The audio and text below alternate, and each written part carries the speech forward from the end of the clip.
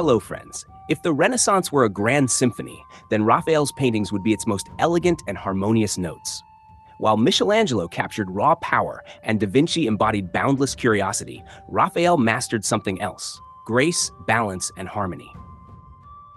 He wasn't just a painter, he was a poet with a brush, creating worlds where beauty and intellect met in perfect unity. And nothing showcases this better than his greatest masterpiece, the School of Athens. Born in 1483 in Urbino, Raphael was surrounded by art from a young age. His father was a painter at a noble court, and young Raphael quickly absorbed everything around him. By the time he was a teenager, he was already recognized as a prodigy, moving from workshop to workshop, learning from the best.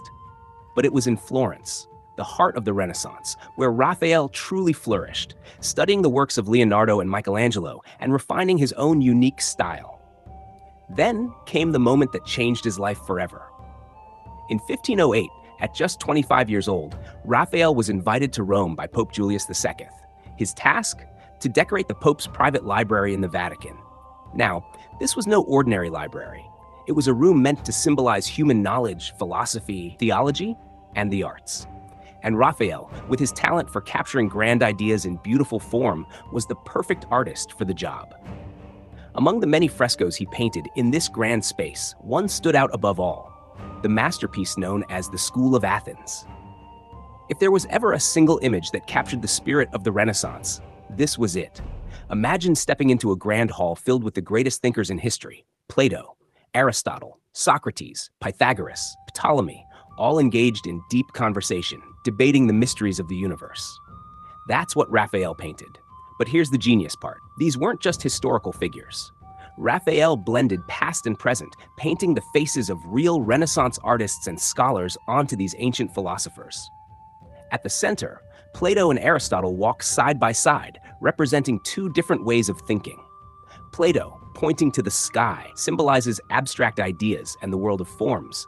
His face, interestingly, was modeled after none other than Leonardo da Vinci. Aristotle, gesturing to the earth, represents logic and observation, the foundation of science. Around them, great minds debate, write, and teach, each captured in stunning detail. And if you look closely, you'll see a familiar figure in the shadows: Michelangelo, depicted as the brooding philosopher Heraclitus. At the time, Michelangelo was working on the Sistine Chapel ceiling just a few doors away, and Raphael, inspired by his genius, added him in as a tribute. But he didn't stop there. He even painted himself into the fresco, standing humbly among the greats.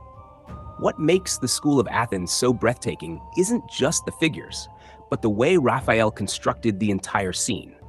The architecture is grand, the perspective flawless, and the composition is perfectly balanced. It feels less like a painting and more like a window into a world where the greatest minds in history gather in one place. It's a celebration of knowledge, of reason, of the Renaissance itself. Raphael's talent wasn't just in painting faces, it was in creating harmony. Where Michelangelo's figures were full of dramatic intensity, Raphael's had a serene, effortless beauty.